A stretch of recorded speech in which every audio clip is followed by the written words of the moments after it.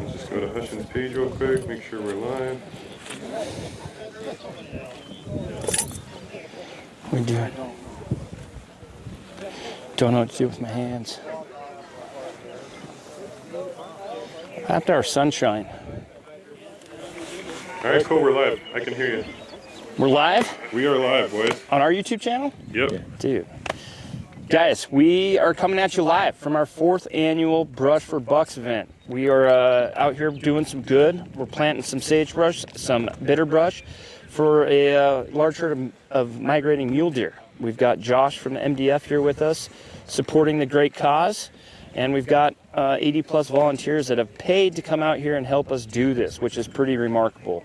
You know, we started this project with our good buddies at First Lite 4 years ago, and it's just grown every year. We've always wanted to make this a self-sustaining event, so all the money we raise this year will go towards our 2025 project. And so far we've been able to do that with the help from all of our great sponsors and all these amazing people that are out here right now. So with these guys' help, we're able to capture it live, which is pretty wild. This is pretty wild. We're in the middle of nowhere. Yeah. And we are live in your living rooms. Or your front rooms. Yeah, wherever you hang out on a Saturday, watching content about planting sagebrush. Yeah. Yeah. But what's super cool on that note is throughout the day, we're going to go live here on the Hush page, and we're going to show you what it looks like. And our friend Ryan Callahan's going to jump in, and some more team members from MDF and from Hush, and we're just going to show you what it looks like to plant sagebrush on the landscape here in southern Idaho. For sure. If you guys have ever thought about coming out to this event and haven't made it, make it a point next year. We haven't decided on location yet, but it's a super fun event. We come out here, again, we're going to be planting close to 23,000 sagebrush seedlings. Then we're going to finish up, go have lunch provided by our good buddies at Camp Chef, and then we're going to do a big old raffle. I think this is the biggest raffle we're ever going to There's host. some sweet stuff in there. Yep, over $25,000 in prizes are going to be given away. So the odds are in your favor this year. Without a doubt. We'd like the odds to not be in your favor next year. Let's switch those odds around. Yeah, we'd like to flip that.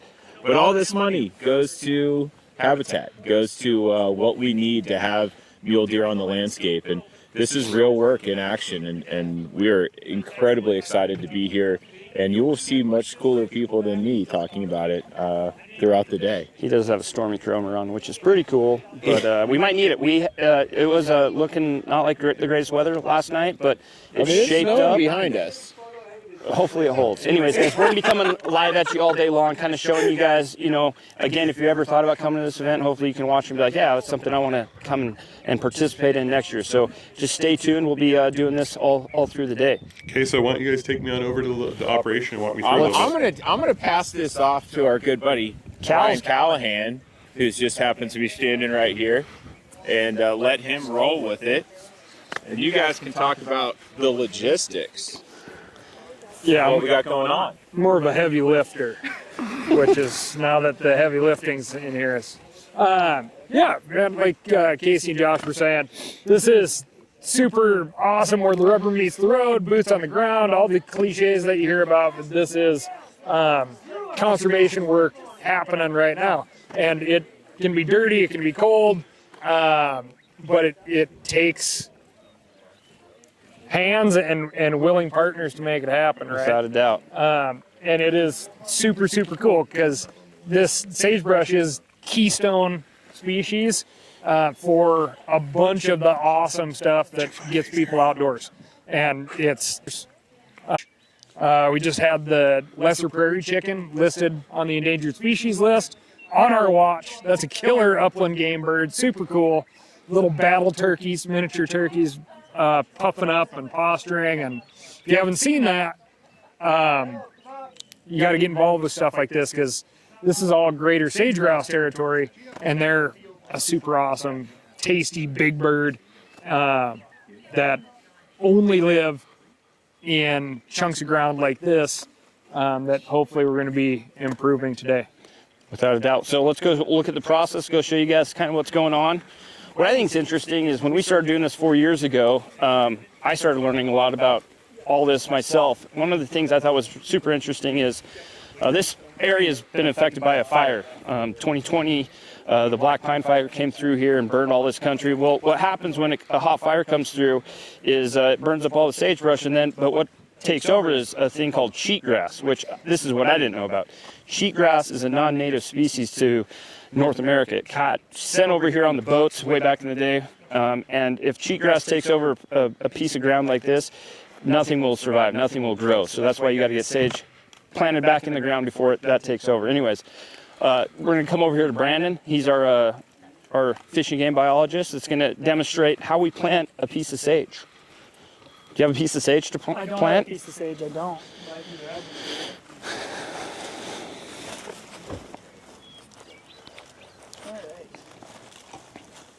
This is where the metal meets the mud. That is true. Uh-huh. Yeah, so I mean, we would have collected this seed. Check this out. Bam.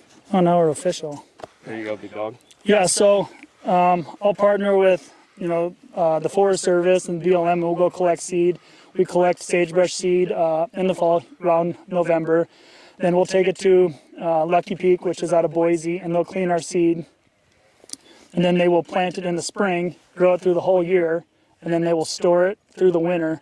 So, I mean, it's a 1.5-year process from collecting seed to getting to right here to where we're at today. Okay? So, yeah, we'll demonstrate here. And like Cal said, it is muddy, but you know what? That's what we need for higher success. Okay? So, we use dibble bar. We'll make our first hole. Open it up. Make sure our roots are below the top of the soil, or below the top of the soil. Come behind it. And the key here is we have to close that air pocket. If we don't close that air pocket, that'll dry out and it'll die. So we'll close the bottom, push it forward, come behind, get rid of that air pocket, step on both sides, make sure we got good soil contact with that root, and there we go. Hopefully this one will make it, and in 5 years we're producing seed and we're expanding the sagebrush that disappeared from the landscape from this fire. And so incredibly hands-on process, right? So the seed collection, seed cleaning, the storing of the seed, all has to be done perfectly in order to get a start like this. Yep. And then you have, this is a volunteer crew, but you have plenty of professional crews that are coming out here to plant this stuff. What does this one plant do for us? This one plant, so we're hoping for 30% success. If we get more than that, perfect. So when we're hiring contractors or doing volunteer groups, we're trying to build these islands of sagebrush, right? So in 5 years, if we have deer, they have some food to get them through to the end of their migration. And then hopefully, if 30% or more survive, they're going to start establishing and producing seed. And now we have to do that. Hopefully it only takes 50 years. Nice. So instead of like work, seed is about, depends on your species, but somewhere around 1 million, okay? And it's not wind blown, so, okay? So if we have this was I think about a 4,000 acre burn, a meter at a time, that's going to take hundreds of years, right? So for you Americans, that's 3 feet. Yeah, so then we have these islands, right? So if they're growing 3 feet a year, so instead of that island, like I said, it'll close that canopy, it'll close that landscape, and like I said, it won't take 250 years. Hopefully it'll take 50 years, and then it'll be that sea of sagebrush. What about like stat-wise, like, right, it's like,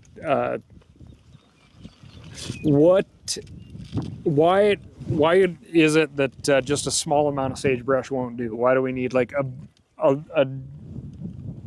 how big of an area of sagebrush do we need to have intact to be productive for wildlife? Hopefully, those islands, man, I think if we had like a 10-acre island, right? I mean, a deer's not going to go make his winter on 10 sagebrush, right? So we have different age classes of sagebrush, and especially important with sage grouse as well. So this old decadent sage,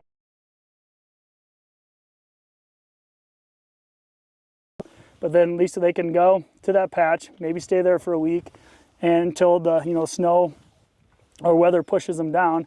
So like a 10 to 30 acre patch, I think they can stay there and make a living until they got to keep moving, kind of fill their bellies with the sagebrush, and if there's some bitter brush out there, and they're just going to keep leapfrogging. But like if we have small little pockets, they're just going to walk right on by.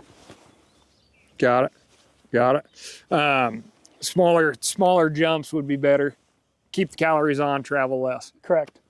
Yep. Cool. Cool. What do you think our goal is for today, given the weather and our volunteers? How many plants should we get in the ground? So our goal today is about 22,000 sagebrush and about 500 bitter brush.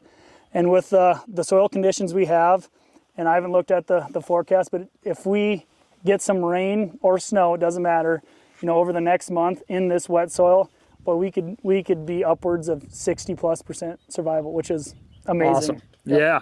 Heck yeah. Let's get planting. Let's get our hands dirty and muddy. Yeah. Cool. Okay, keep going. Yeah, now we can go do some planting. Let's go do some planting. Oh,